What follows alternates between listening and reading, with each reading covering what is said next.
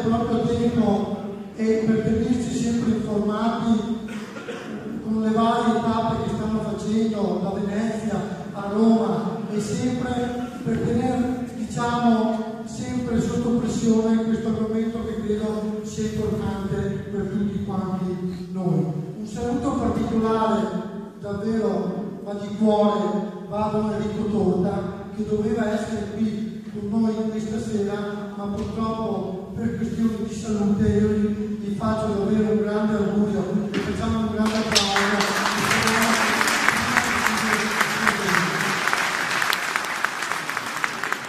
Saluto l'avvocato Germa, che davvero è sempre presente, che ci dà una grande mano, insieme a Walter Paseggio, che sono quelli di grande promotori di grande applauso.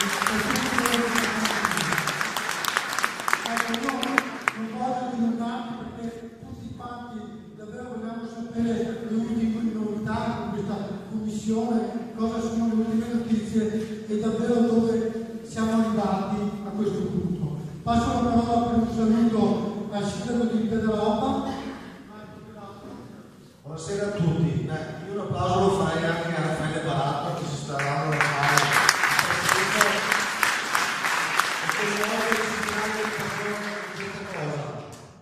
Vedo sulle vostre bandiere il Veneto resiste, il Veneto non deve mollare, voi non dovete mollare, noi amministratori non dobbiamo mollare, perché questa è una battaglia innanzitutto giusta, è una battaglia leale e non chiediamo se no il nostro, niente di più e niente di meno, guai mollare, voi resistete, non mollate. Noi siamo al vostro fianco, qua c'è il mio collega Claudio Sotto, che anche lui si dà da fare in tal senso. Guai a noi a passare la guardia, perché dal momento in cui vedranno che passiamo la guardia, come in altre battaglie che riguardano non solo questa brutta storia, ma altre storie, guai, perché sennò l'hanno vita loro. Cerchiamo di essere uniti, compatti per raggiungere l'obiettivo che tutti i risparmiatori abbiano il loro, perché è un diritto ed è un dovere da parte di chi ora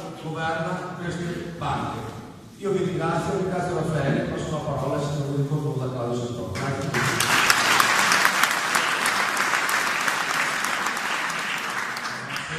Grazie a Raffaele Baratto, al Comune di Pederoba, che tra l'altro mi ha chiesto di patrocinare anche il mio comune questa iniziativa. E grazie soprattutto al Comitato Torta con cui collaboriamo praticamente ogni giorno. Ecco, anch'io come Marco ho visto questo slogan che è appunto il Veneto resiste. Vedete, voi resistete, diceva Marco, resistiamo noi amministratori, però tanti non hanno resistito. Mi riferisco ai tanti parlamentari che non devono essere rieletti alle prossime elezioni.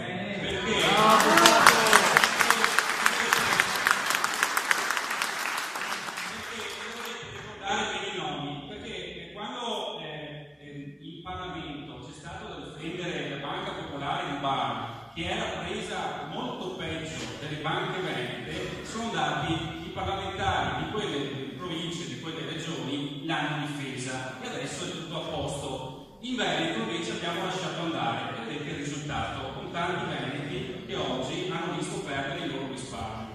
Dobbiamo resistere perché la battaglia è sacrosanta.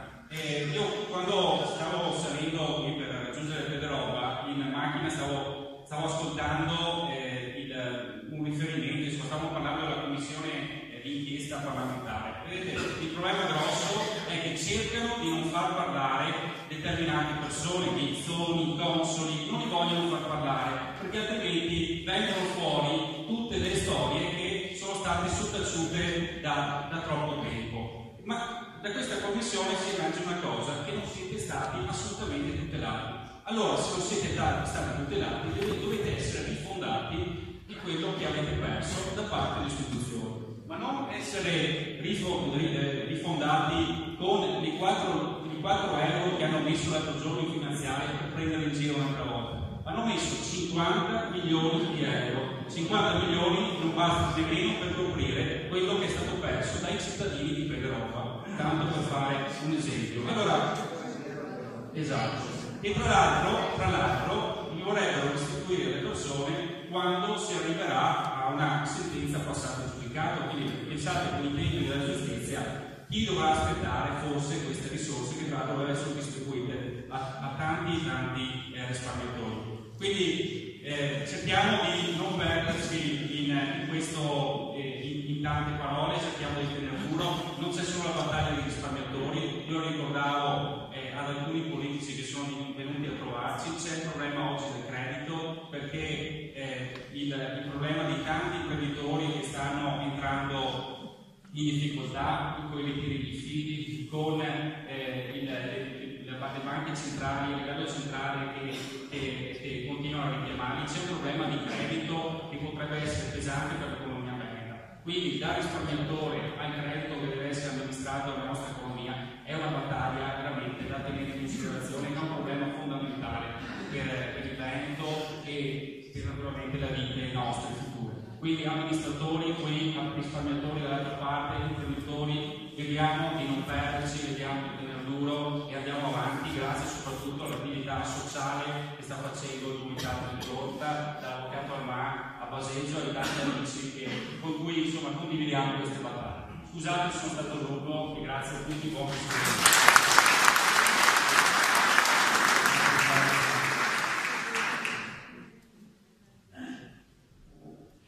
Buonasera a tutti, amici, ormai ci conosciamo quasi tutti per nome. Cosa posso dirvi? Voi questa sera vi aspettate delle grandi verità. Io spero che l'avvocato che è stato a Roma più volte in questo mese e anche lo scorso mese vi potrà illustrare cosa è successo in colloqui che hanno avuto eccetera. Una cosa però che ho notato non in voi ma anche in me, che stiamo un po' ammolando la presa, dobbiamo riaccendere la nostra protesta, perché solo andando nelle piazze, solo andando a protestare possiamo tenere viva la nostra protesta e avere un ristoro. Dobbiamo essere uniti, dobbiamo continuare questa battaglia, perché vedete che la politica è anche la politica che comanda, cioè il Partito Democratico che ci ha portato in questa situazione, non apre bocca, non ci apre la collaborazione, non dice nulla. Allora, io dico questo, ognuno di voi deve impegnarsi a portare altre 3 persone, altri 3 amici, anche se non sono coinvolti in questo, perché questa è una battaglia che ci coinvolge tutti, una battaglia di civiltà, di onore e di giustizia.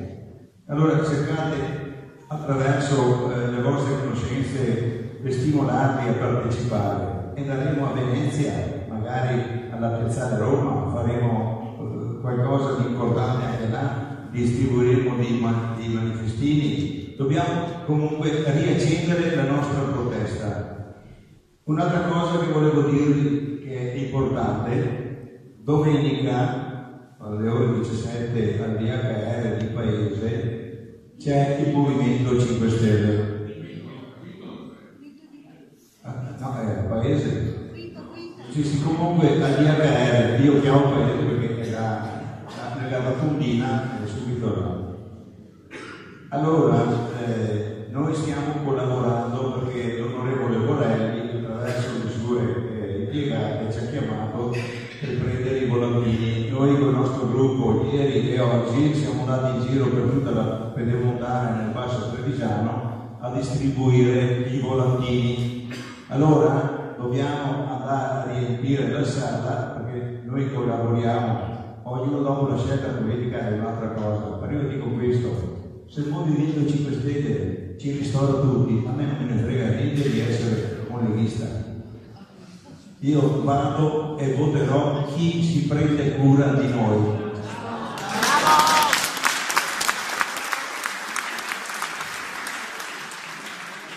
E allora ci siamo trovati anche a Cornulla con il sindaco di Cornulla, perché è molto bravo, lavorevole come tutti quelli che sono qua stasera. E ci siamo trovati con un esponente politico che è un braccio destro della Lega. Allora abbiamo discusso una serata in Inghilterra 2 o 3 ore. E pratica, lui mi ha chiesto: ma in quanti siete? Ho detto: sei arrivato? Noi possiamo essere 1 milione, 2 milioni, dipende da cosa intendiamo fare. Sì, perché possiamo fare una serata non pubblica, ma trovarci prima a parlare per vedere. Ho detto: guardi, voglio essere molto sintetico. Ho detto: guardi, dottore, c'è un detto, tu dare denaro, io dare cammello. E lui mi ha guardato e ho capito perfettamente. Bene, allora noi teniamo aperte tutte le porte della politica che in questo momento ci stanno avvicinando, però dobbiamo valutare bene, e noi abbiamo capito, come tutti voi avete capito, che solo la politica può restaurarci. Bene, io volevo anche ringraziare per l'intervento che ha fatto Loris Mazzorato all'ONU, che ha portato la voce dei risparmi dei Veneti, che è qui presente, e vorrei che dia un saluto veloce, poi passiamo la parola all'avvocato.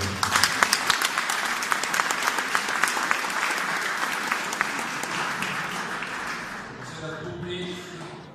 Dico solo una cosa: dobbiamo essere uniti, perché questo è un momento molto delicato. Noi la voce la stiamo facendo arrivare dappertutto, però se siamo una massa critica riusciamo a muovere la politica, perché questo è solo un problema politico. Dobbiamo lasciare perdere i colori e per una volta tutelare gli interessi delle nostre comunità. Dobbiamo prenderci la responsabilità e anche invitare i nostri vicini. Non ha importanza se il nostro vicino è stato truffato o meno, perché oggi sei truffato su una cosa, domani ti fregano sulle pensioni, dopodomani ti fregano sulle scuole. Dobbiamo farlo per dare un segno che siamo una comunità dove riusciamo a essere uniti di fronte ai problemi. Grazie.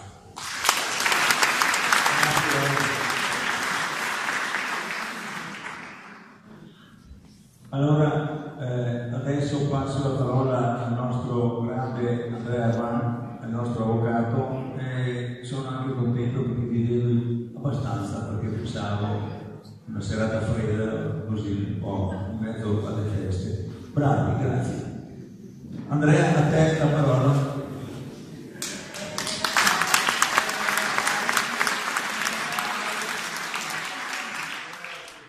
Grazie a tutti quanti che siete qua numerosi. Vi chiedo la cortesia di tollerare che rimanga seduto, cosa che faccio normalmente, ma stasera sono costretto a farlo perché ho avuto anche tutta idea di procurarmi un piccolo infortunio, ma sta passando. E già chi mi ha preceduto ha sottolineato che stiamo vivendo un momento difficile, e nell'euforia che talvolta emerge nella vicenda delle banche si cela invece inganno. In questi giorni noi siamo passati attraverso una serie di informazioni che, se non lette con la dovuta attenzione, se non filtrate con intelligenza, possono indurre in errore, ritenendo che vi sia in vista la soluzione di qualche cosa. Purtroppo, signori, tutto quello che sta accadendo non va nella direzione dei risparmiatori. Ciò che avevamo segnalato mesi or sono, ovvero sia che vi sono delle forze che apparentemente sono favorevoli al mondo dei risparmiatori, di fatto perseguono interessi deviati rispetto ai nostri, si sta concretizzando. Ed abbiamo visto come si sono divise le forze in campo. Da una parte ci sono quelle che io chiamo le associazioni filogovernative, che si ritrovano, sono le associazioni figlie della triplice sindacale, quindi di un'area partitica ben definita. Voi dovete sapere, ma credo che ormai tutti lo sappiate, che le grosse associazioni consumatori innanzitutto non sono associazioni formate da risparmiatori, ma sono associazioni che possiamo considerare quasi con finalità di lucro, e danno una modalità di acquisizione della clientela che principalmente è la tessera di iscrizione al sindacato. Chi si iscrive al sindacato CGL, per esempio, diventa anche automaticamente socio della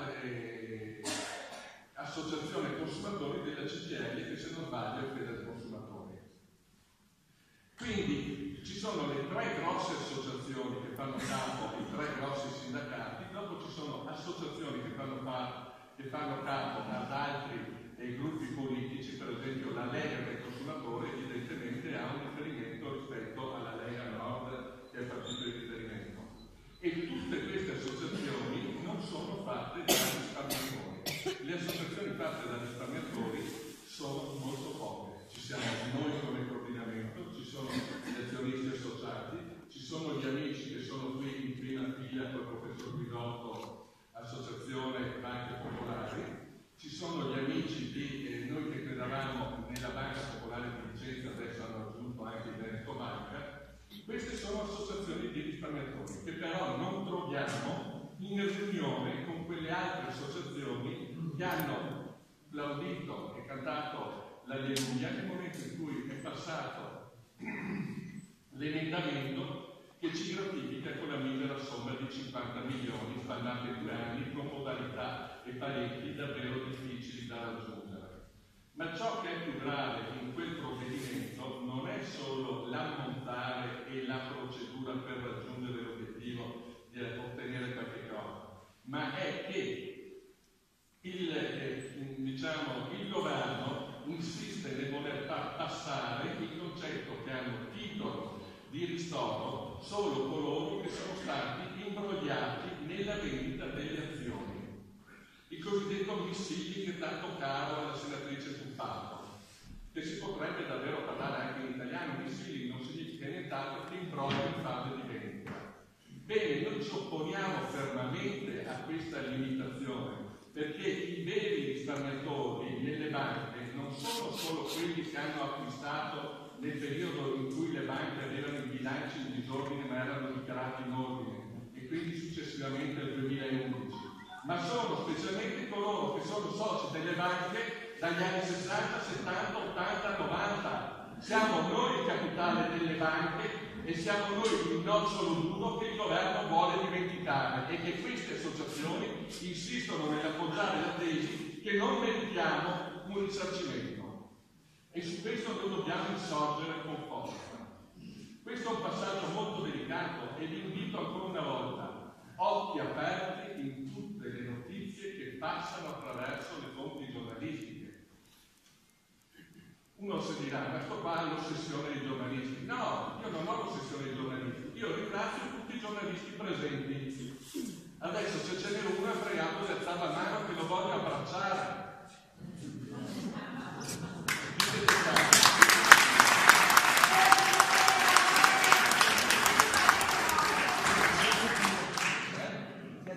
Bene, ringraziamo il giornalista.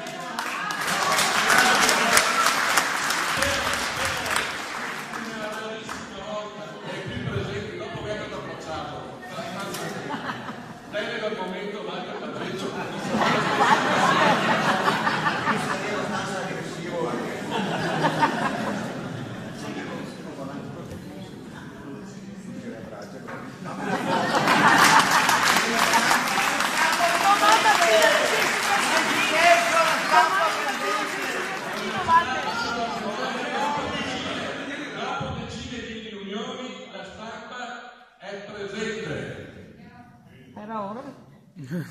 Anche passato. Come bene, allora andiamo avanti, e detto questo passerei ad affrontare velocemente alcuni passaggi che immagino di cui siate curiosi relativamente alla commissione parlamentare d'inchiesta, dove abbiamo partecipato in qualità di relatori assieme alle altre associazioni. E voi tutti ricorderete, perché molti di voi sono stati anche tra coloro che hanno raccolto le firme, che noi già da inizio 2016 abbiamo iniziato una campagna attraverso la quale chiedevamo una commissione parlamentare d'inchiesta monotematica, quindi solo sulle banche popolari venete, che già c'era stata promessa nel dicembre 2015, ma che in verità poi è stata varata a fine 2017 non più come commissione monotematica, ma come commissione su tutte le problematiche bancarie, tant'è che in questi giorni si sta parlando di Banca Etruria e Monte dei Paschi e la vicenda delle Venete sembra, ma non è già conclusa. Bene, questa commissione parlamentare d'inchiesta non ha dato a detta di molti grandi risultati, però io tutto sommato ritengo che essa, con grandissimi limiti, però sia positiva. Sia positiva perché ha reso ufficiale ed evidente ciò che già sapevamo, ciò che già noi avevamo affermato nel corso di decine di assemblee, ciò che è questo, che vi sono state grandi carenze in fase di controllo da parte di Banca d'Italia, da parte di Consob, e grossi errori da parte della politica nel momento in cui sono state fatte le scelte di trasformare le banche popolari in SPA, specialmente le nostre due banche, la cui procedura è stata fatta con sciolina calda, di trasformarle in SPA con una fretta esagerata senza avere ben cognizione della situazione. Quindi il risultato di aver ufficializzato queste informazioni secondo noi è qualcosa di positivo. È positivo anche perché apre un dibattito quasi violento all'interno della politica italiana. In questi giorni non c'è nessun politico che non affermi che la colpa di ciò che è accaduto è o di Banca d'Italia o di Consob o della politica che ha varato dei provvedimenti errati o di chi ha amministrato, sicuramente, però stanno già anche assumendo dei profili diversi le responsabilità degli amministratori, perché questi amministratori hanno amministrato sotto gli occhi di chi doveva controllare. E quindi se vi è colpa, vi è una colpa che si va affievolendo. È positivo, però è anche inquietante. Perché? Perché all'interno della confusione in cui ci sono troppi colpevoli si corre il rischio che non ci sia nessun colpevole. E noi dobbiamo stare molto in guardia anche su questi passaggi. E noi siamo contenti che venga finalmente vista la responsabilità di Banca d'Italia. Adesso non è bello elogiare ciò che si è fatto, però noi questo aspetto lo avevamo sollevato nell'ottobre 2015, non è di ieri e della settimana scorsa, quando tutta la politica diceva voi state zitti che siete speculatori. Banca d'Italia ha ben fatto e Banca d'Italia diffondeva le proprie giustificazioni non pentite con le quali diceva noi abbiamo fatto bene. Oggi la verità sta pian pianino venendo a ma però noi dobbiamo stare attenti, non ci dobbiamo fermare, non dobbiamo sederci sugli allori di questi piccoli risultati, perché attenzione che non c'è nulla di più volatile, nulla di più instabile, nulla di meno affidabile delle parole della politica. Ciò che noi possiamo ottenere, lo possiamo ottenere soltanto attraverso un'azione ferma, decisa, quasi di battaglia, perché se avremo ancora la forza di combattere saremo ascoltati, altrimenti con la stessa facilità con cui Matteo Renzi è passato dal concetto di speculatore a risparmiatore, con la stessa facilità dimentica tutta la cosa e noi tra un anno ci ritroviamo con 50.000 euro da spartire tra 4 anni dopo aver avuto un'impossibile sentenza di primo grado e di taglio di una commissione che deciderà chi è risparmiatore e chi è speculatore. Dobbiamo stare svegli, dobbiamo stare vigili.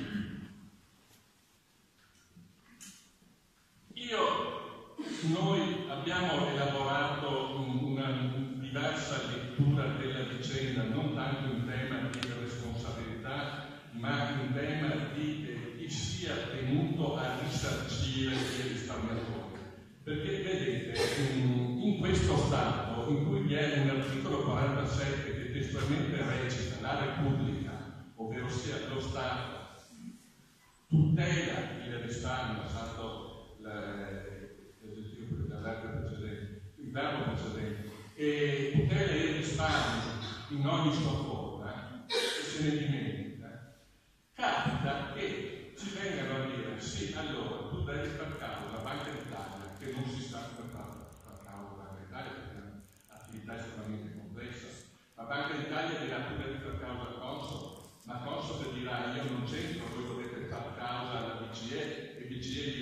voi non avete territorialità per trattarlo da me, e quindi andiamo dentro ad una palude di natura procedurale che è tremenda.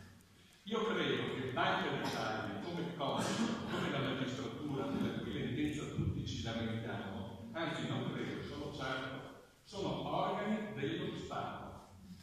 La magistratura è un organo dello Stato. Banca d'Italia è un organo secondario, se vogliamo, perché è una figura ibrida, dello Stato. Il Presidente di Banca d'Italia viene nominato dal Presidente del Consiglio dei Ministri. Sono organi dello Stato.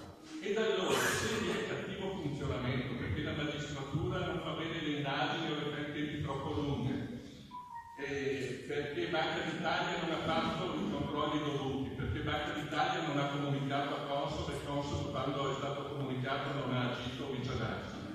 Queste sono responsabilità del capo. In un'azienda, se il dipendente non produce bene l'ingranaggio, il cliente non se la prende col dipendente, se la prende con l'azienda, è l'azienda che risponde del prodotto mal confezionato. Allo stesso modo deve essere il rapporto che noi abbiamo con lo Stato. Noi siamo cittadini di uno Stato, lo Stato esercita la propria autorità sulla scorta di quelle che sono le regole dei diritti e doveri contenuti all'interno della Costituzione. La Costituzione ha un articolo 47 che prevede la tutela dello Stato. Gli organi dello Stato sono stati negligenti, sono stati incapaci di assolvere i loro doveri, la magistratura è lenta nel raggiungere l'obiettivo delle giuste sentenze. Bene, a questo punto noi risparmiatori non possiamo più attendere le lungaggini di uno Stato inefficiente. Deve essere lo Stato che si assume le proprie responsabilità e risarcisce lo Stato tutti i risparmiatori. Dopodiché faccia le cause a chi vuole. Lo Stato ha la forza e i mezzi per piegare Banca d'Italia. Basta un decreto e a Banca d'Italia viene imposto di devolvere metà dell'utile, un quarto dell'utile, tutto l'utile annuale a favore delle casse dell'erario. Banca d'Italia nel 2016 ha fatto un utile di 2 miliardi e 600 milioni. Basta un provvedimento governativo per trasferire questi utili a favore delle casse dell'erario, con quegli utili pagano noi risparmiatori. Ma noi non possiamo continuare a attendere le inefficienze dello Stato italiano. Questa è la nostra posizione.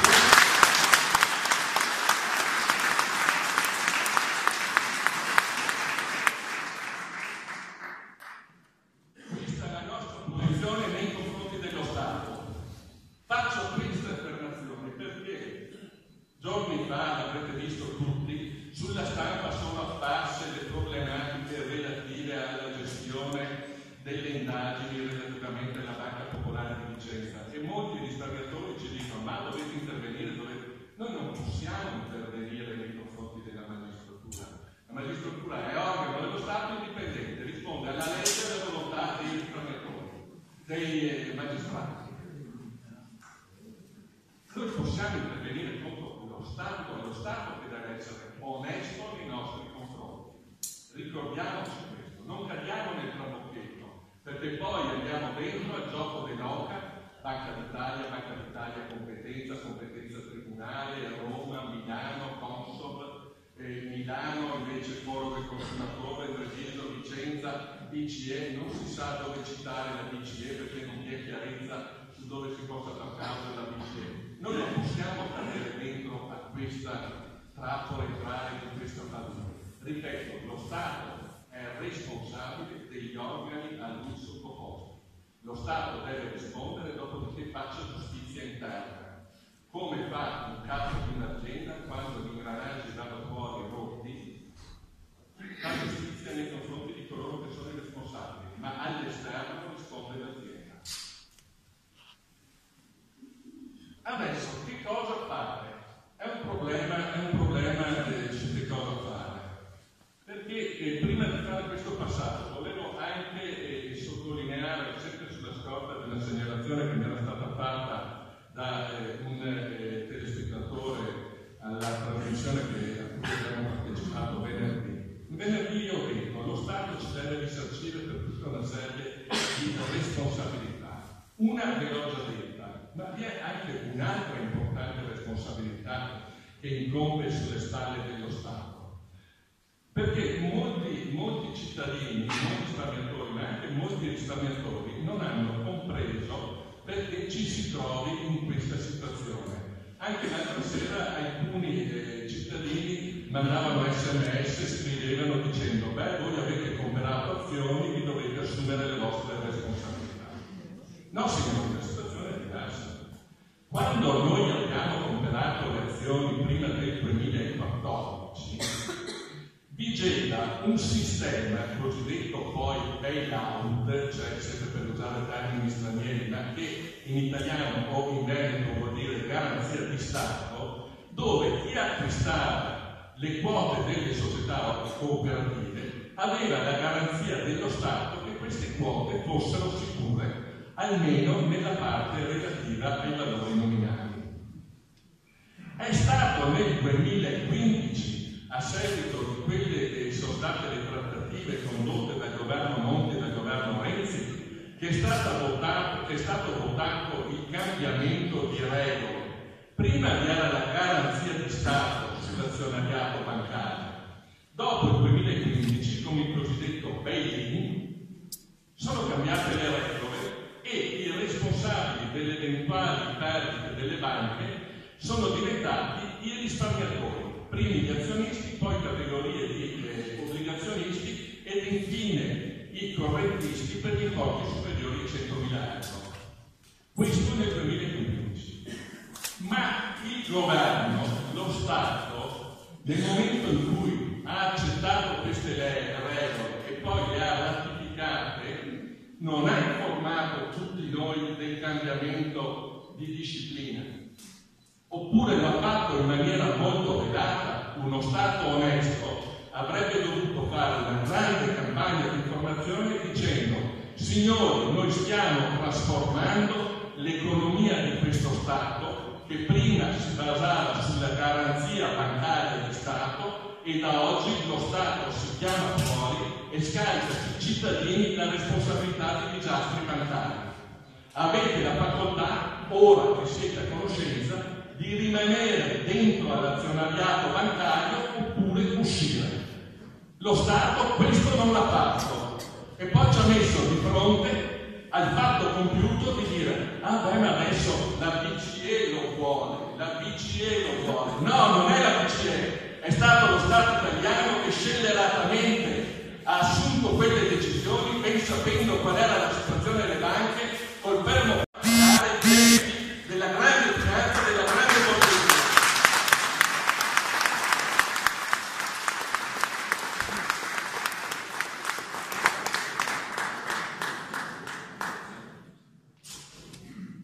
E questo è il secondo motivo per il quale io ritengo, noi del coordinamento riteniamo, e credo che molte persone la pensino come noi, che lo Stato oramai sbugiardato, perché queste cose sono emerse giorno dopo giorno, neppure hanno avuto il coraggio di dire subito la verità. Sembrava che il bail-in arrivasse come arriva la tempesta con le nuvole nere, ma senza una precisa volontà. Il bail-in è stato un atto politico deliberato dai parlamentari italiani, scelto e voluto dall'Italia, con un preciso fine, che è quello che ho detto, di spogliare la piccola e media borghesia risparmiatoria e portare a favore della grande finanza che fa i debiti sulle nostre spalle, la grande industria che è inquinata, che fanno parte dei primi 100 debitori, sono tutti grossi industriali, e con il meccanismo delle persone giuridiche che non rispondono mai perché l'amministratore delegato a 70 anni o nulla tenente, giocano da ormai decenni questa partita di togliere ai poveri per trasferire i ricchi senza responsabilità.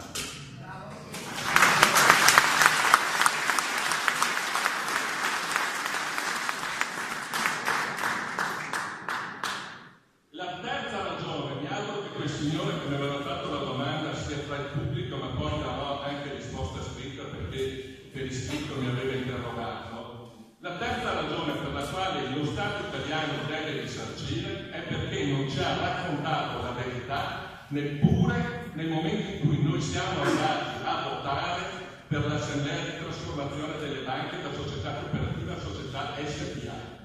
Questa denuncia io l'ho fatta alta pubblicamente nel corso della manifestazione del 20 luglio a Treviso, invitando gli onnipresenti delegati della Digos, se sono benvenuti anche questa sera, a prenderne nota e a trasferirla ai magistrati, cosa che io immagino loro abbiano fatto, però rimane tutto fermo.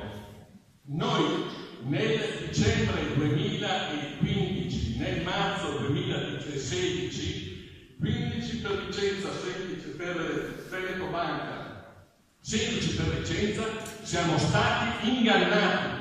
Siamo stati ingannati dalla politica, siamo stati ingannati dallo Stato, siamo stati ingannati dalle banche, siamo stati ingannati da tutti quei mass media e da tutti quei sapienti che scrivono sui giornali, che ci garantivano che l'operazione sarebbe stata un'operazione positiva che si fondava sull'eliminazione della mostruosità del voto capitario, e quello è un discorso a parte perché ha una mera impostazione ideologica, con l'aumento di capitale garantito da Unicredit a Vicenza e da Intesa a Montebelluna e con l'entrata in borsa.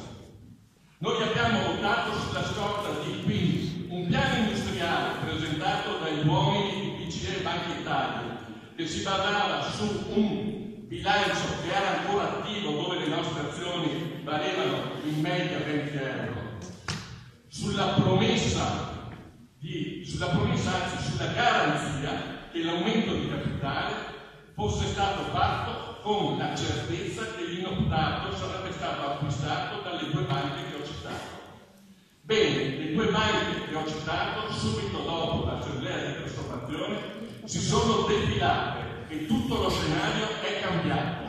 Questo è un imbroglio, perché noi risparmiatori siamo stati chiamati a votare sulla scorta di informazioni che poi si sono dimostrate false, e nessuno è intervenuto per colpire questa truffa. Qui siamo all'interno del reato di truffa attraverso artifici e raggiri al fine di ottenere un vantaggio o dare ad altri un ingiusto danno. Noi abbiamo subito un ingiusto danno a seguito di informazioni false, perché Unicredit poi si è sottratta, e se ha potuto sottrarsi vuol dire che quel contratto che aveva stipulato non era un contratto vincolante, perché neppure ha pagato penale per sottrarsi da questi contratti, e nessuno è intervenuto. E questo è il terzo motivo per il quale noi riteniamo lo Stato, dall'operazione di risanamento di banche che pur messe male, ma nel 2015 presentavano bilanci attivi, una volta intervenuti i salvatori vada al fallimento. Ci deve essere qualcosa che non è funzionato, perché quando noi siamo andati a votare il bilancio 2015, Iorio da una parte e Carlos dall'altra, e i presidenti di allora, Dolcetta da una parte, che poi è riuscito a vendere della propria azienda ai fondi di investimento internazionali per grossi vantaggi economici personali, e Bolla dall'altra, ci hanno detto: il bilancio che noi abbiamo redatto è al netto di tutte le perdite, di tutte le possibili voci negative. Questo è il bilancio, da qui si riparte. Bene, da quel giorno alla ricerca è cambiato tutto. Allora, Rizzoli di Unicredit dice: il prospetto presentato per andare in borsa era falso, e nessuno interviene. Ma allora, i bilanci sono falsi, sono veri? Perché se noi siamo andati a votare un'assemblea di trasformazione sulla scorta di bilancio falso, motivo in più per il quale quell'assemblea deve essere annullata. Motivo in più per il quale lo Stato, che ha consentito tutto questo attraverso gli organi di controllo, perché Banca d'Italia era perennemente all'interno e Carlos e Ioris erano uomini graditi a Banca d'Italia, come gli amministratori, come i presidenti, e della BCE, dovrebbero prendere posizione e dire: signori, ci dispiace, è andata male, ci siamo sbagliati, questi sono i vostri soldi, ma non solo. Dopo l'aumento di capitale circolano documenti, sono ufficiali, le relazioni che Dino Santinoni, che dovrebbe essere questo del pubblico, ne ha sicuramente copia con sé, perché dove Veneto Banca e Vicenza dicono: noi siamo solidissimi perché abbiamo un CET1 altissimo, siamo tra le banche più solide d'Italia. Questo giugno 2016. Giugno 2017 sono fallite. Allora, se a giugno 2016 erano le più solide, in un anno sono riusciti a farle fallire. Veramente un'operazione straordinaria.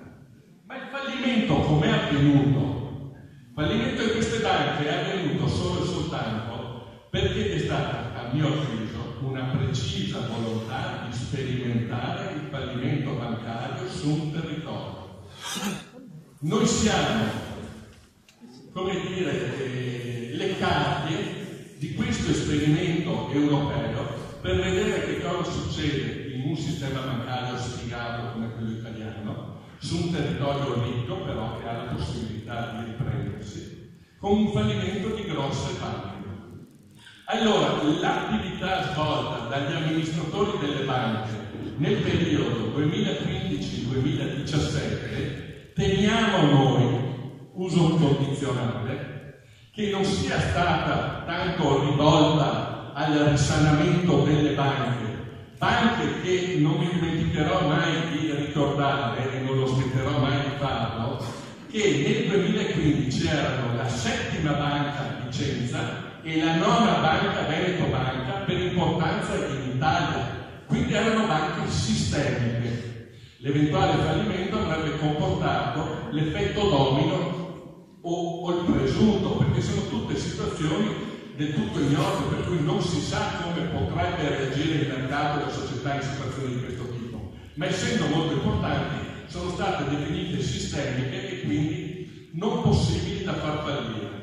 Ma l'attività, e voi valutate che cosa è successo a voi come a noi come risparmiatori, l'attività degli amministratori delle banche dal 2015 al 2017 vi è sembrata un'attività con volontà di rilanciare le banche o di allontanare quanta più clientela possibile?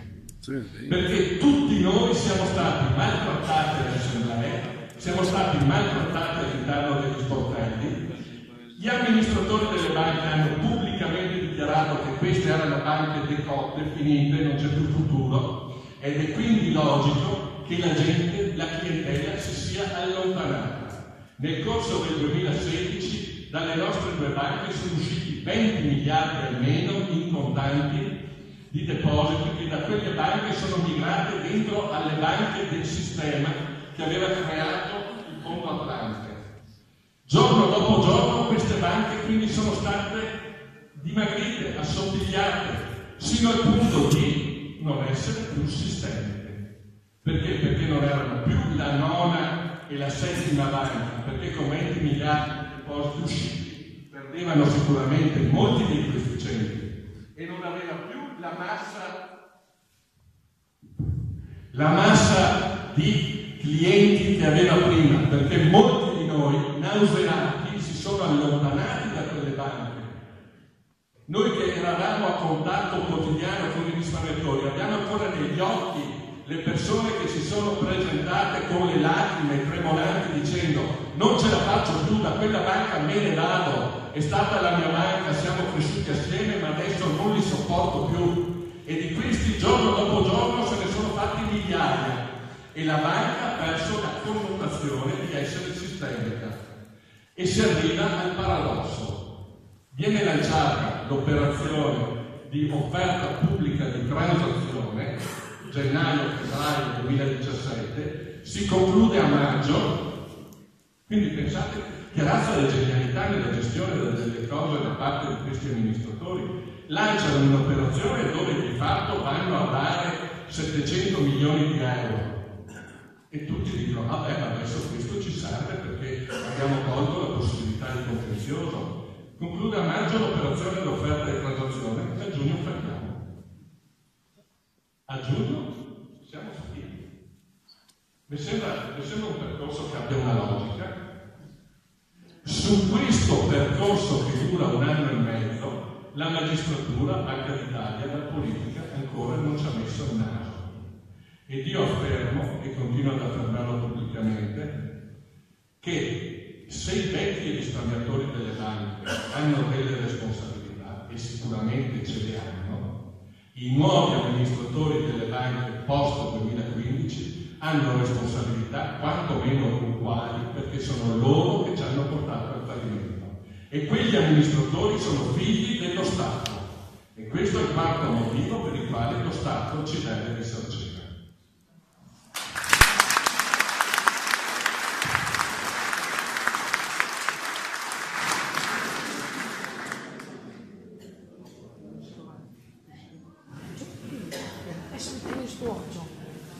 Prima che venga tardi, prima che venga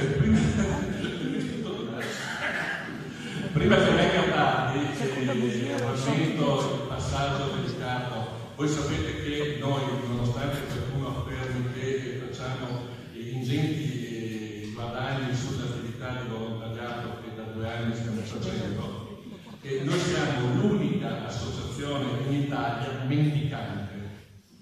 Noi siamo un'associazione mendicante e viviamo della carità, ovvero sia dell'offerta vostra e di quanti altri vorranno mandare una piccola somma per sostenere la battaglia dei risparmiatori. Fra qualche minuto passeranno i nostri delegati per raccogliere queste iniziative. All'entrata ci sono anche delle pubblicazioni, un libro scritto da Santoro e il nome dopo, Pietro Riccio, che è anche un collega, oltretutto bravissimo, che ci ha donato per sostenere l'attività del coordinamento, che ci hanno donato e che noi mettiamo a disposizione dei risparmiatori. Chi volesse lascia un'offerta, altrimenti lo può prendere lo stesso. Leggete, di fatto si tratta di una raccolta dettagliata di articoli giornalistici che aiutano a comprendere la situazione. Ringraziamo Pietro Riccio e Santoro di questo dono a favore del coordinamento.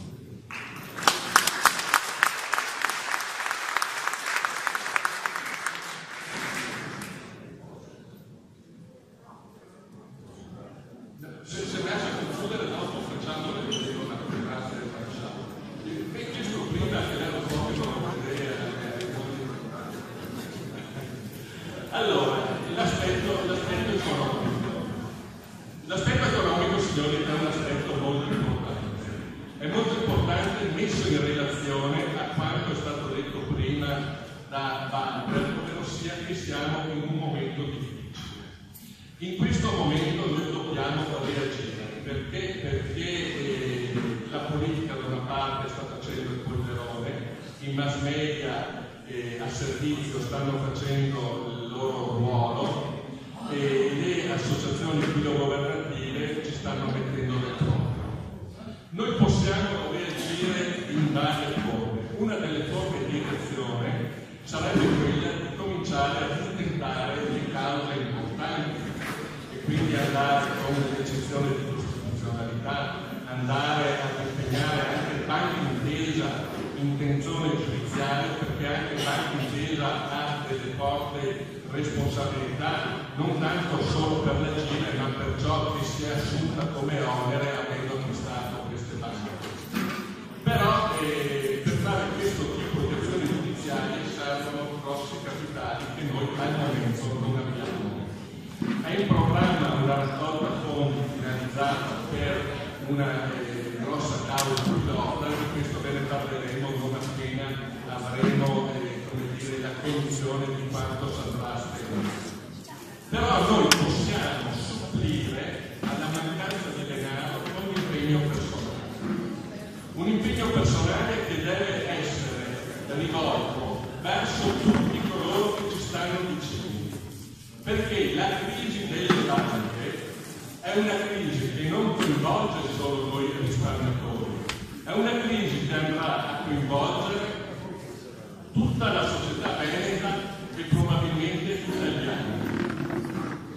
Quando noi 2 anni fa parlavamo del pericolo delle esecuzioni immobiliari a seguito della gestione degli NPL, sembrava che parlassimo dell'eventuale invasione del pianeta Terra da parte dei marziani. Oggi invece quella situazione comincia a concretizzarsi e diventare realtà. Il problema NPL si affaccia sullo scenario. Il prossimo anno, lo abbiamo saputo oramai di forma ufficiale, saranno in vendita circa 500.000 immobili che sono il sottostante di garanzia di crediti che le banche non hanno riscosso e saranno sul mercato ovviamente a prezzi di sconto e stralcio, stravolgendo completamente l'altra parte di quel risparmio che l'articolo 47 della Costituzione vorrebbe tutelato, perché l'articolo 47 dice la Repubblica tutela il risparmio in ogni sua forma. Ovviamente il mattone per noi veneti rappresenta una forma di risparmio. Il mattone è già super tassato e quindi da quel punto di vista lo Stato è già venuto meno al dettato dell'articolo 47, ma le esigenze di cassa lo hanno imposto e noi cittadini diligentemente lo stiamo anche accettando, ma quello che accadrà prossimamente sarà drammatico, perché vi sarà un'ulteriore caduta del valore degli immobili, si affacceranno sul mercato italiano i fondi di investimento immobiliari, come è successo nelle altre parti del mondo, che acquisteranno a basso prezzo, avranno una gestione di tipo societario, quindi con la possibilità di detrarre quei costi che noi come proprietari di immobili da privati non ci possiamo detrarre dalle tasse, e ci troveremo con quei signori che dopo aver acquistato i nostri immobili a prezzi da straccio li metteranno ovviamente sul mercato dell'affitto ad un valore che sia remuneratorio proporzionalmente all'investimento fatto. Quindi se acquistano per 10 diventa remunerativo percepire un interesse di 5, un affitto di 5, di 3, ma per noi che quegli immobili li abbiamo creati pagandoli 100, quel 3 che per loro diventa remunerativo per noi è fallimentare e quindi ci sarà una fuga dal mercato degli affitti delle nostre case per andare verso quell'esubero di case che sarà venduto all'asta ed acquistato dai fondi di investimento, dove i prezzi degli affitti precipiteranno e ci sarà un ulteriore impoverimento. E questo mette in moto una bomba. Allora, tutti noi risparmiatori che ci teniamo ai soldi che avevamo nella banca, ma ci teniamo anche a mantenere quel modestissimo livello di benessere che ancora ci è concesso, perché tutti noi qui dentro siamo, o quasi tutti, proprietari di una seconda casa, è bene che cominciamo a svegliarci, coinvolgiamo gli altri proprietari di seconda casa, coinvolgiamo i nostri parenti, ovviamente mettiamo in moto i nostri figli, quella split generation che anche questa sera non è presente, perché ve ne sia qualcuno di più rispetto alle prime volte, deve svegliarsi, perché la soluzione, come tante volte abbiamo detto, non è andare a fare i camerieri a Londra o non è andare in Australia dove non ci vogliono più. La soluzione del problema è rimanere qui, combattere e difendere ciò che abbiamo. Altrimenti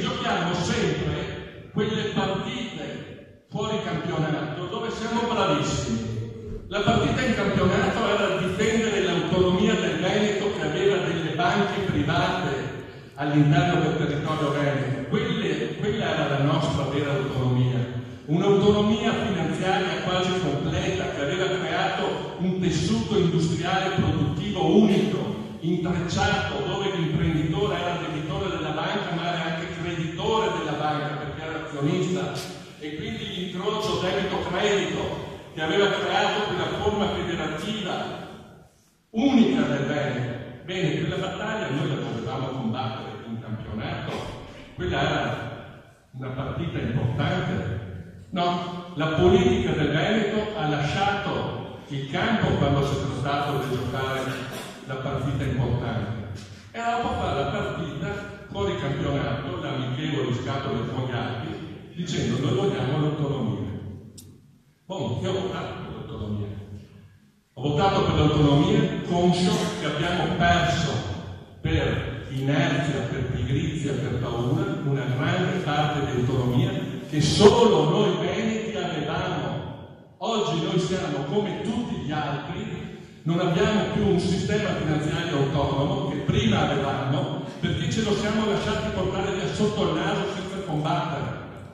E andiamo a invocare l'autonomia. Io invocherò l'autonomia, ma non dimenticherò ciò che abbiamo perso.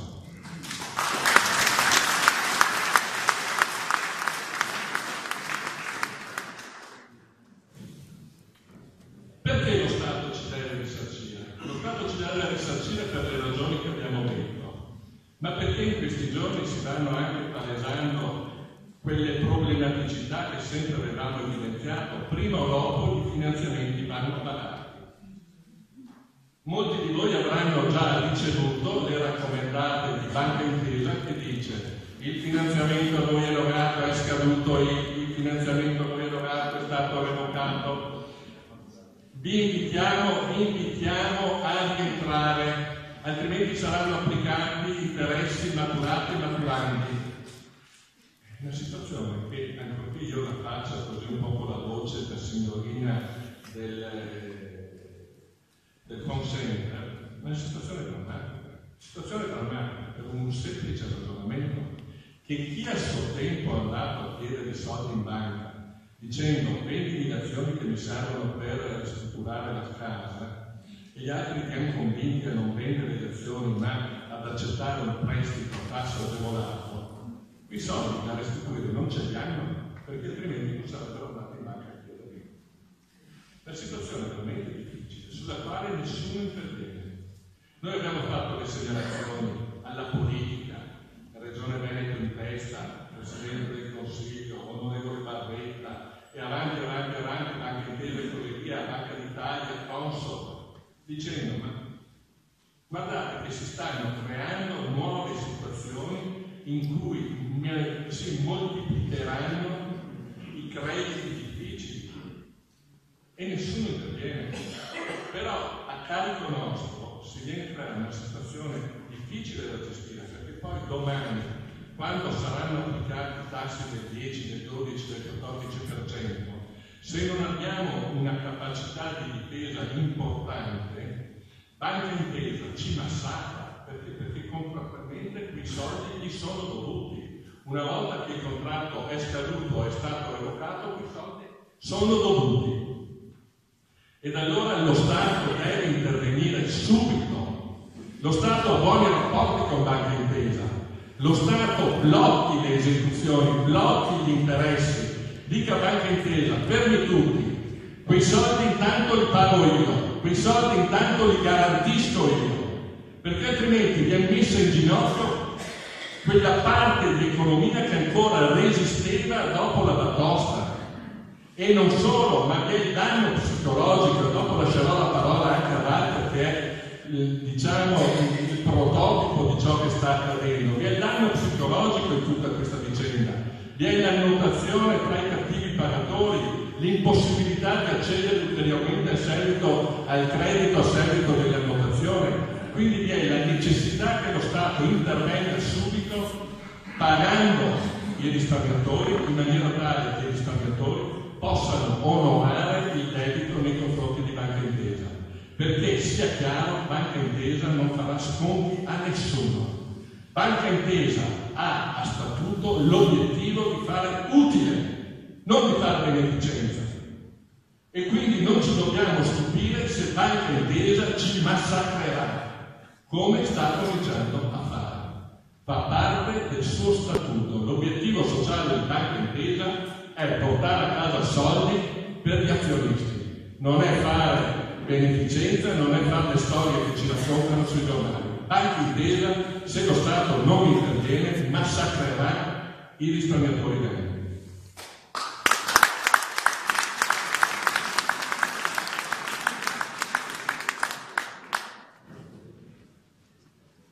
Lascio un attimo la parola a Walter, che così io prendo fiato, che vi racconta la sua bella esperienza. Walter non sta piangendo, però. Allora, quello che vi racconto mi farà rabbrividire perché presto arriverà Ho fatto della mia vita in persona l'onestà, non mi sono mai permesso di appropriarmi neanche di un fiammifero nella mia vita. E vi racconto questa storia. Allora, io avevo, come tutti, andato per vendere le azioni, non me l'hanno vendute, mi ho detto Basilio, ti facciamo un filo, mi hanno fatto un filo di 40.000 euro. E va bene, alla scadenza di giugno vado da rinnovarlo e mi dicono guarda, andiamo alla centrale servizi e quando torna vieni qua ti do la copia. Bene, passano 5 mesi, mi arriva, mi chiama il direttore, vieni su e mi fa guarda, purtroppo la tua posizione è andata dentro sulla liquidazione quota amministrativa. Benissimo. Allora io cosa faccio? Vado in un'altra banca e le dico guarda, avrei bisogno di 10.000 euro per le mie cose, per la mia famiglia. Sì, le sono detto come no. Attenzione, ascoltatevi bene. E ora vado là, faccio la richiesta, inoltre alla richiesta questa banca, dopo 4 giorni mi chiama il direttore, Basilio venga su che gli devo parlare. E vado dentro, buongiorno. Adesso Basilio purtroppo la sua domanda di 10.000 euro è stata respinta perché lei è stato segnalato alla centrale rischi. Allora ho detto ma stiamo scherzando? No, è stato segnalato alla centrale rischi come cattivo pagatore. Allora mi hanno rubato tutti i soldi che avevo dentro, sono andato per rinnovare come una persona onesta, per rinnovare il filo, non l'hanno rinnovato, sono andato dentro della centrale rischi e io sono segnalato alla centrale rischi. E allora questi maledetti bastardi, questi vermi, ma mi fermo là, devo aggiungere qualcosa, non sarebbe di andare là e mettermi nell'acido. E ora io vado a casa da mia moglie e dei figli, non posso andare con tessera a prendermi anche un pacchetto di biscotti perché lei non può prenderli perché è un cattivo pagatore. Ricordatevi che arriverà anche a voi perché sta già arrivando. E cosa posso dirvi? Che io spero che questa gente che ci ha portato tutti alla disperazione, se non c'è la mano divina, che ci sia magari una rivolta terrena. Grazie.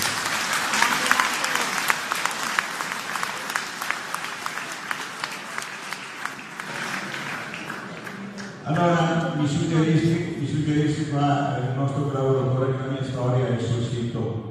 Quella storia che ha raccontato ho pianto 2 sere quando che mia moglie mi ha detto ma sul serio vai a raccontare queste storie? Sono storie vere. Comunque riflettiamo su quello che ci sta succedendo, rimaniamo uniti, combattiamo questa battaglia anche perché la regione Veneto dov'è? Che doveva una battaglia di onore, di giustizia e di onore e di verità. Dov'è? La nostra regione, il rapporto parlamentari non hanno fatto nulla. E noi li votiamo, ricordatevi ragazzi, quando andiamo al voto.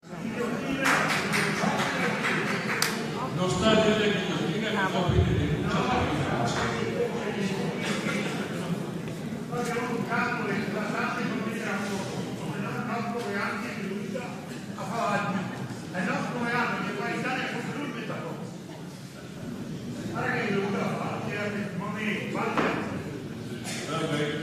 allora, cosa fare? Perché i quadri darei anche di persino per quando vita una serie di robe brutte, bisogna anche trovare cosa fare per cercare di cambiare, no? Ci pensiamo giorno e notte, abbiamo contatti in tutta Italia con professionisti come associazioni. Ci sono le idee più sbagliate, più valide e meno valide, dal costituire un partito politico dei risparmiatori al creare un contenitore di voti che poi può essere in qualche maniera gestito a favore di coloro che si rendono davvero disponibili ad aiutare i risparmiatori, ovviamente nel rispetto della legge senza violare il cosiddetto diritto. La gente veneta non accetta questa forma di violenza che sta subendo Vi è l'altra idea di infiltrarsi all'interno dei partiti politici affinché questi, invece di dare solo promesse, solo assicurazioni che poi si impegneranno a favore dei risparmiatori, con la presenza di nostri candidati, persone certe che da anni combattono a favore dei risparmiatori, e diano la sicurezza che poi quell'attività sarà fatta. Sono tutti ragionamenti che stiamo sviluppando in questi giorni e sui quali come associazioni non abbiamo ancora raggiunto una maturazione che ci consenta di prendere delle decisioni. Però su un punto io sono certo: noi dobbiamo dimostrare nuovamente, perché abbiamo perso un po' il brivido, abbiamo perso appeal, dobbiamo dimostrare di esistere. In questi mesi successivi alla fine delle vacanze estive siamo vissuti di luce riflessa. Abbiamo sfruttato il lavoro fatto precedentemente, abbiamo sfruttato l'attività, la bagarre, la lite politica, che però non è finalizzata a sostenere noi, non è finalizzata ad arrecare un vantaggio politico a coloro che la combattono, e noi ci siamo un po', come dire, fermati, siamo caduti dentro ai trappoloni, pur avvisati, molti di noi sono caduti dentro i trappoloni delle grandi manifestazioni fatte nelle grandi capitali dove nessuno ci caga. E adesso è il tempo di svegliarci nuovamente, di riappropriarci della scena pubblica per far capire che nel Veneto, come ci hanno detto i sindaci prima, la resistenza del popolo non è finita. Noi non crediamo alle parole della politica, seguiamo la politica, seguiamo la commissione parlamentare d'inchiesta. Ricordate che poi vi parlerò invece di una iniziativa interessante regionale, ma noi non crediamo a quelle parole, le seguiamo e poi valuteremo i fatti, ma dobbiamo ritornare in piazza, perché se non dimostriamo chi siamo si dimenticano di noi. La memoria di un politico è inferiore a quella di un invertebrato.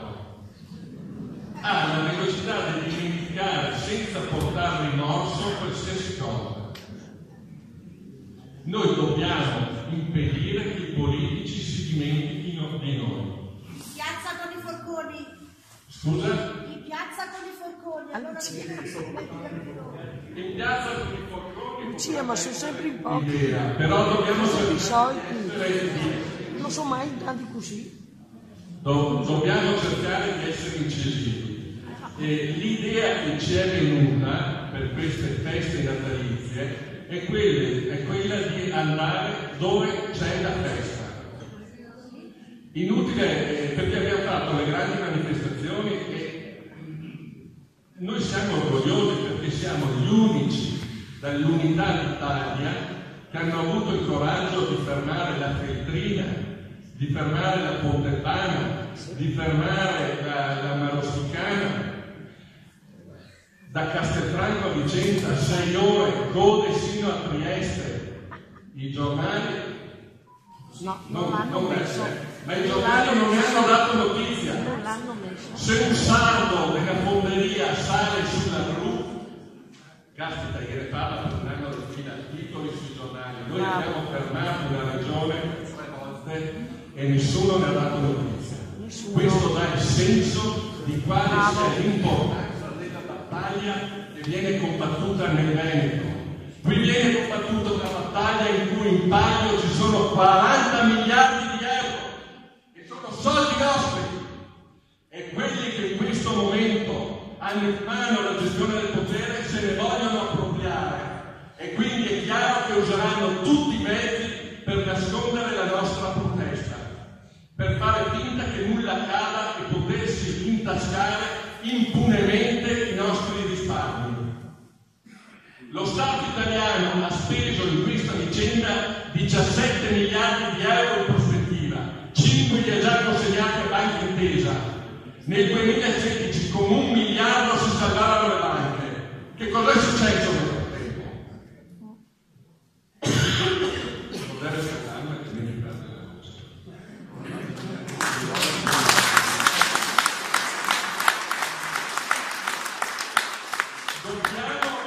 Dobbiamo ritornare in piazza. La resistenza veneta deve dimostrare che resiste. E andiamo dove c'è la festa. La festa dov'è? La festa è a Venezia. Dove se l'ha? Dove va il mondo intero? A Natale. Va a Venezia.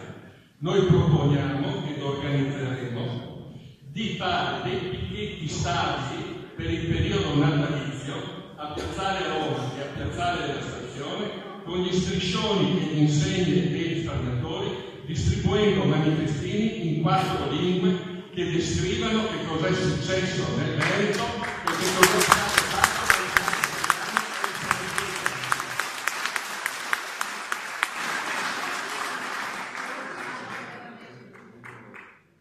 Cortina è un posto bellissimo, però di fatto non ha una grande affluenza. Cioè ci danno coloro che hanno tanti soldi, che gli quindi tanti soldi da una parte nel capitalismo, però non c'è una grande affluenza. La battaglia che noi stiamo facendo è una battaglia di civiltà,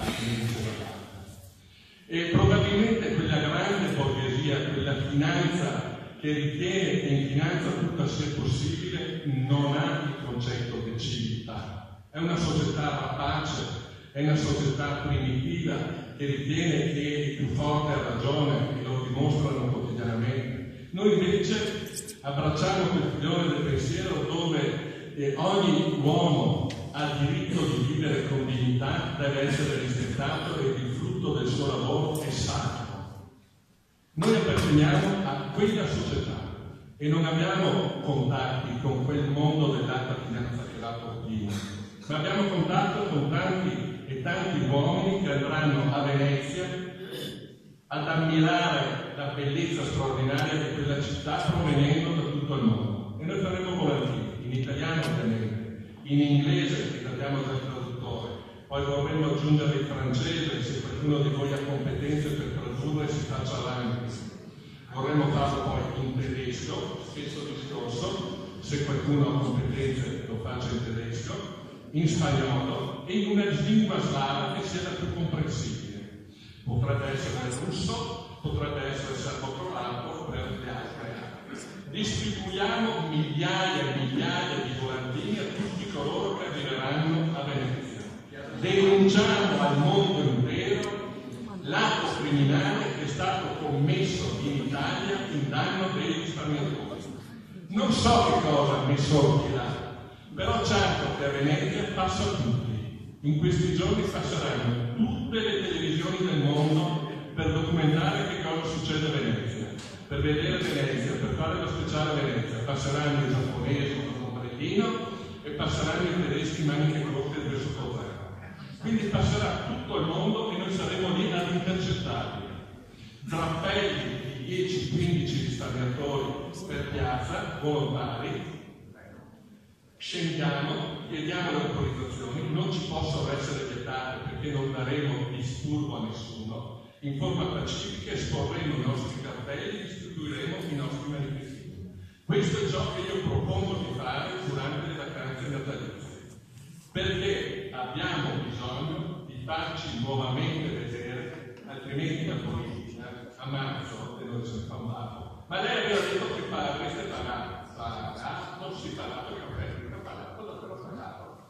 Quindi sveglia ragazzi, non cadiamo nei trappoloni di chi ci dice abbiamo raggiunto un grande successo perché il governo ci ha garantito. Qui nessuno garantisce niente. In Italia oramai non è più certezza di niente. Siamo arrivati al drammatico punto che l'unica cosa di cui siamo certi è della fiducia che ci lega tra noi e dell'amicizia e della reciproca stima. Al di fuori di qua non possiamo avere fiducia. Dobbiamo allargare la nostra cerchia, dobbiamo coinvolgere quanti più cittadini possibile, perché il problema, come detto, interessa tutto il ceto medio, ma non possiamo più fidarci di chi sino ad ora ci ha imbrogliato. E il ragionamento sarà anche al momento del voto, ovviamente.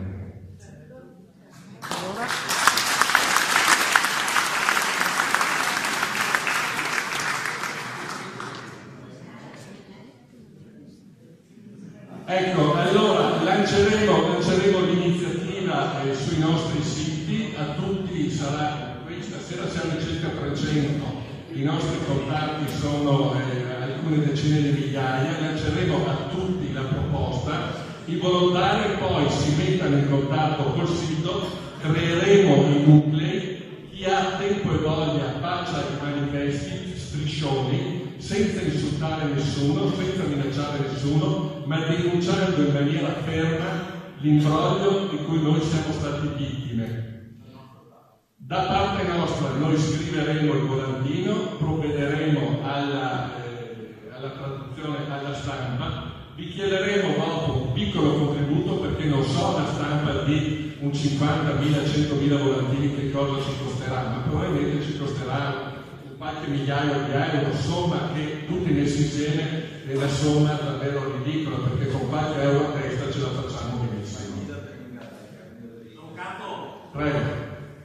mi sembra che il vicepresidente della Veneto Banca si chiami Franco Tiga. Sì, ma fa stampa al di là senza la bella battuta, però fa un tipo di stampa che è troppo costoso.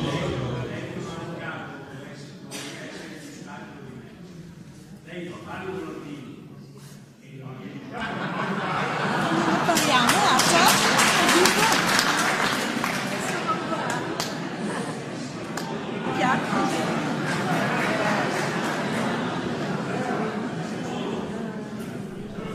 Aspetta, silenzio che sentite, signore. Sentite? Sì. Secondo, non so quanto serva la passeggiare sui bufferi di Venezia, perché chi va a Venezia non interessa niente di Veneto Banca. Ma andiamo a trovare A nessuno che interessa niente Veneto Banca. Anche io dico la mia idea, perché mi sembra che stiamo girando fuori di quello che è l'obiettivo vero e proprio. L'obiettivo nostro non è quello di fare pubblicità, è quello di riportarci a casa i nostri soldi che abbiamo perso con le azioni della banca. Ma se no che fa avanti? Allora, bisognerebbe, lei è avvocato, dovrebbe capire una cosa. Abbiamo già rimesso i soldi, facciamo a meno di pagare le tasse. Io so pagare con le mesi passate, come mi tornano a capire. Silenzio che sentiamo la conclusione. Per pagare le tasse. Grazie della domanda, mi scuso, adesso cerchiamo un microfono. Allora, io comprendo chiaramente la sua posizione e la condivido. Devo però dire la verità su questi punti, perché già ci sono molte persone che, come dire, rimescolano nel torbido. Non pagare le tasse in Italia non è possibile, a meno che non lo si faccia in talmente tanti e talmente organizzati da riuscire a reggere la terrificante reazione dello Stato italiano. Lo Stato italiano è una macchina tremenda, composta da migliaia e migliaia e migliaia di dipendenti, che quando serve sono disorganizzati, ma quando vogliono sono estremamente efficienti ed efficaci. Professionalmente, le porto un esempio perché ciò che affermo non è frutto del servizio IRE. Personalmente ho vissuto professionalmente 2 esperienze infauste di iniziative di mancato pagamento delle tasse, promosse da gruppi politici che in un certo momento della loro esperienza hanno avuto questa brillante iniziativa di invitare le persone a non pagare il canone RAI, per esempio, cosa da 15-20 anni fa, per poi abbandonarli fra le fauci degli esattori che quel canone RAI lo hanno preteso sino all'ultima lira, dove eravamo 40 lire. E l'idea dell'obiezione, la cosiddetta obiezione fiscale, è un'idea che tutti quanti accarezziamo. Però qui dentro siamo 250 e Federopa credo che se non ricordo. Quasi 8.000 abitanti. Fossimo 9.000 per Roma e tutti alzassero la mano per dire facciamo obiezione fiscale, io vi dico, va bene. Possiamo anche cominciare a pensarci, bisogna mettere insieme una struttura di resistenza, un SOS avvocati, una struttura di solidarietà per quelli che saranno aggrediti e spogliati dai beni. Non illudiamoci che queste affermazioni portino a dei risultati. E se davvero ma non per accusare il suo pensiero, ma proprio da tecnico, se davvero vi è una strada che è difficile da imboccare e il cui esito è sicuramente nefasto, è quella, oggi come oggi, con l'organizzazione che abbiamo, imboccare la via della obiezione fiscale. Se organizzassimo bene, sicuramente, ma prima serve l'organizzazione. A noi manca l'organizzazione, mancano i soldi, mancano tante cose, abbiamo la buona volontà.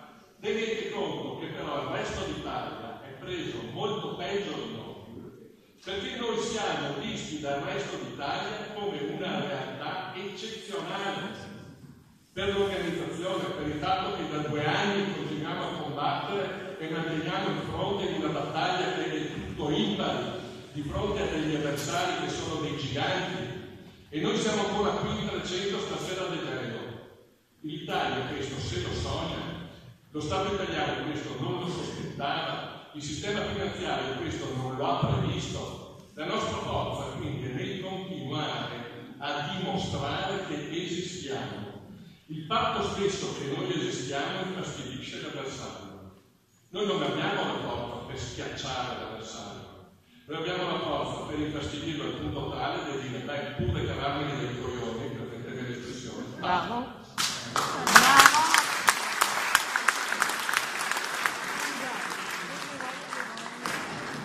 Se qualcuno vuole fare qualche domanda, viene qui davanti così hai il microfono. Grazie. Scusate, se può venire qua così. Effettivamente, scusa, tutte le parti non è un problema, perché potremmo fare un accordo politico con la politica che c'è cioè praticamente stava detrassero negli anni successivi, perché il poco in cui abbiamo perso. Rispondo subito, se non ho capito male. Allora, alcuni politici locali hanno detto chi avesse fatto ha fatto questo ragionamento. Noi politica di governo siamo gli unici che hanno affrontato il problema delle banche. E lo abbiamo risolto perché nessuno ha dato delle soluzioni alternative. Allora, l'affermazione non è vera. E noi dal 2016 abbiamo fatto delle proposte alle banche e alla politica che prevedevano anche questa possibilità di mettere in moto il meccanismo fiscale in maniera tale di posticipare le entrate, anticipare le uscite per loro e così via. Il problema è che non vi è la volontà. Questa vicenda si sarebbe potuta risolvere a metà aprile del 2016, se vi fosse stata la volontà di risolverla. Questa vicenda è arrivata qui perché c'era la volontà di arrivare qui. Allora, l'altra sera un economista a questa mia affermazione ha detto sì, può essere, però io non credo alla dietrologia, ma in questo caso ci starebbe. Quello che mi porta a non crederci davvero è che non attribuisco alla classe politica italiana l'intelligenza di elaborare un progetto così complesso. Questo può essere vero, però noi dobbiamo stare attenti perché il progetto così complesso non è stato elaborato dalla politica, ma è stato elaborato dal mondo della finanza. Perché quando il governo Renzi ha fatto il decreto di trasformazione delle banche da società cooperative a SPA, lo ha giustificato, l'ha fatto per decreto, poi convertito a maggioranza senza discussione parlamentare, ma lo ha giustificato dicendo il sistema delle banche popolari, così come organizzato, deve essere riformato per consentire l'accesso al capitale straniero. E quindi è chiaro che una società cooperativa come Veneto Banca, una società cooperativa come Popolare di beneficenza organizzata con voto capitario non erano società scalabili e quindi il capitale estero necessariamente rimaneva fuori. Con la trasformazione in SpA le nostre banche sono diventate scalabili e il governo Renzi ha ottenuto l'obiettivo di aprire all'economia europea le nostre due banche. Discorso che potrebbe anche starci, solo soltanto che il resto d'Europa non apre all'Italia e l'Italia non ha la forza di andare in Europa. Questo è stato un meccanismo attraverso il quale l'Italia, con le banche venete, con i soldi veneti, ha pagato parte del debito pubblico che l'affligge, perché noi abbiamo 4.000 miliardi di risparmio e 2.000 miliardi di debito pubblico. Il debito pubblico italiano è garantito dal risparmio dei cittadini ed è questo che consente ancora all'Italia di rimanere in piedi. Il risparmio dei cittadini, che loro lo vendono come garanzia nei confronti dei creditori. Dobbiamo interrogarci su questi passaggi che sono inquietanti. L'Italia ha il terzo deficit del mondo come debito pubblico, ma l'Italia non ha la terza economia del mondo. Noi abbiamo la 30ª economia del mondo. Come può stare in piedi uno Stato di questo tipo? Sta in piedi fin tanto che c'è il risparmio. Il risparmio volta dopo volta sarà eroso. Il meccanismo del trasferimento della proprietà immobiliare a favore dei fondi di investimento immobiliari è una forma di trasferimento della ricchezza individuale a favore dei grossi centri di potere finanziario internazionale che sono i creditori dello Stato italiano. Io le dico in maniera semplice queste cose per cercare di renderle comprensibili a tutti, ma purtroppo questa dinamica è nota nel mondo dell'economia, in qualche maniera è accettata da molti perché dicono tanto non si può fare niente, perché noi viviamo nella società dove si arriva sempre nella condizione dove non è possibile fare diversamente. Quando le nostre banche sono state messe in fallimento, che cosa ci ha detto la Lega? Che cosa ci ha detto Giovanni? A questo punto non avevamo alternative. Cazzo, dovevate intervenire prima, sono passati 2 anni ed invece il percorso è quello di arrivare a capolinea dove sotto nessuno al palazzo. Ed è là che c'è la carenza di gestione politica, l'incapacità di gestione da parte di un ceto politico e di una classe dirigente che è totalmente incapace di reggere uno Stato complesso come quello italiano. Domanda scusa se sono stato lungo nella domanda. Prego, maresciallo.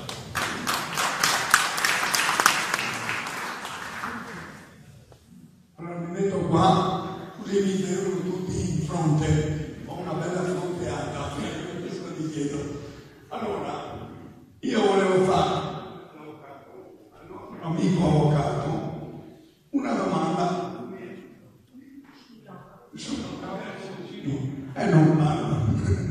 Allora,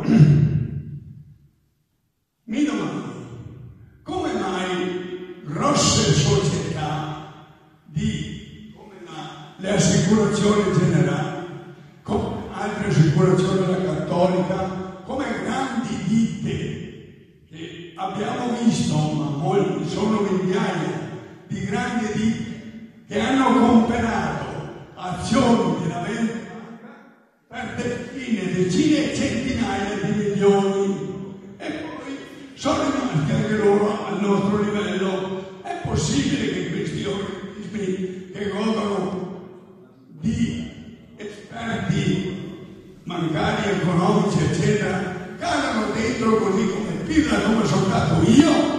Mi domando, ma come mai? Ma però è proprio che non si sapevano niente. Poi passo a un altro punto. Nel 2010 le società di revisione hanno cominciato a fare i bilanci falsi. Mi domando, i bilanci di una banca dove vanno a finire? Vanno a Banca d'Italia, allora erano chiaramente falsi. Molti anche dipendenti della banca, altri non dipendenti lo sapevano. Ciò nonostante, queste società hanno cominciato a chiedere azioni, a comprare azioni. Ma è possibile? E poi venivano tutti o dati in vinto credito ad altri per centinaia di milioni senza nessuna garanzia. Allora, questo è un mistero italiano. Poi l'avvocato non lo ha detto, ma io lo dico, ho finito la mia carriera, ho fatto 40 anni di maresciallo dei carabinieri ed ero qualificato eccellente, è la massima qualifica che danno alle nostre cose di difesa. Bene, allora si dice che il bomba, a nome di Renzo Matteo Renzi, non ha fatto niente. No, è stato un previdente, perché il suo babbuccio è sempre stato con le mani in pasta nelle banche, nelle ditte e nelle banche finanziarie. E il babbuccio della signorina Maria Elena è pure stato impastato bene. Eppure lui ha previsto, guarda caso, di depennare centinaia di articoli del codice penale, quali furto, truffe, bancarotta fraudolenta, falso in bilancio e altri ancora di natura finanziaria. Quindi ha previsto qualche cosa, questo genio che noi abbiamo creduto che fosse quello che sistemava le cose. Bene, allora non sappiamo dove prendere i soldi, giusto? E infatti i soldi non ce ne sono più perché li hanno defraudati tutti quanti. Il Consoli, il Trinca, quell'altro di Vicenza, sono nulla tenenti, non hanno più niente. Però fino al 2015, che non si poteva più vendere le proprie azioni, agli amici degli amici sono state vendute come? A Bruno Vespa sono stati portati i 10 milioni delle azioni che aveva messo sfruttando la situazione della rivalutazione continua delle azioni. È stato pure risarcito e tanti altri subito erano dipendenti della banca, parte del consiglio, eccetera, così, e altri che erano conosciuti. Noi altri non potevamo più fare, io non so, il microfono qua se va bene o male. Comunque, allora, noi non abbiamo potuto fare di avere le nostre azioni, ma andavi in banca dove ma nel 2017 gli daranno un premio di 15%, gli daranno quello, sono sicure, garantite, le banche non possono fallire, stai tranquillo, vai così, vai con là, vai in aumento del capitale. Ma se non si sente, se non parli.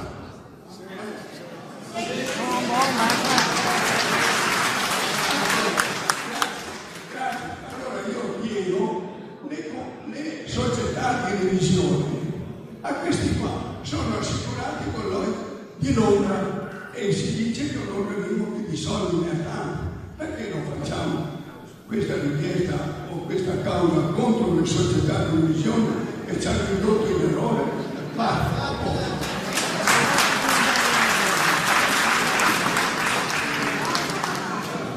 Maresciallo è uno dei pilastri delle nostre riunioni, ha un senso molto importante, che l'età non è un limite, perché molti dei nostri di fronte a situazioni come queste di sbanomi, non è più combattere, sono vecchio, non ti dà forza e non più l'energia, ma perché? No signore, non viene mai un fine corsa per un uomo, il fine corsa se lo dà.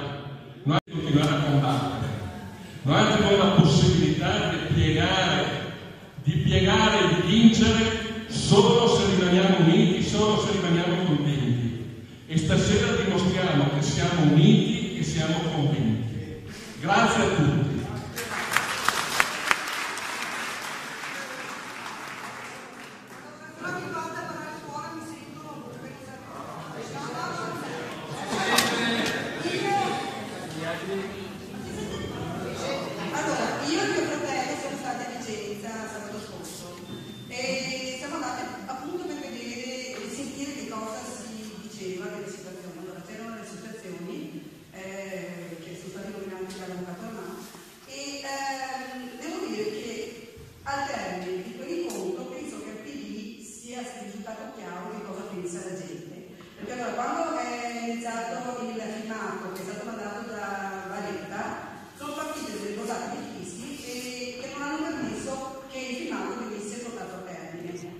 cosa dicasi dello spirito inviato dalla signora Puppato.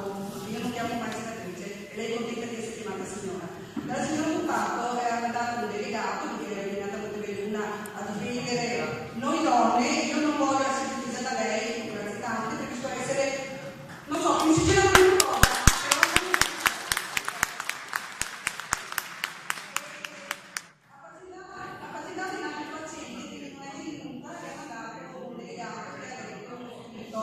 Anche questo scritto non sono riusciti a portare a termine, la lettura non è stata portata a termine appunto per le cordate di fischi e di solo che si sono creati. Quindi è chiaro che tutti siamo concordi nel dire che il PD non ha fatto nulla e su questo il PD farà i conti nel momento in cui andremo al voto. Un'altra cosa però che io voglio sottolineare è che tutti abbiamo detto che i politici veneti non hanno fatto niente per noi, siamo tutti concordi penso, però mi sembra che poche volte vengono fatti i nomi e io continuo a dire certi nomi. Allora, a parte Puppato, a parte Baretta, io nomino anche il grande amico che di fronte a tutti dice mio fratello, siamo amici, siamo tutti insieme, avevamo i 14 corti, Remo Senadotto, al quale abbiamo chiesto un incontro di essere messi in contatto con il nostro caro governatore Zaia. Tutto tace. A suo tempo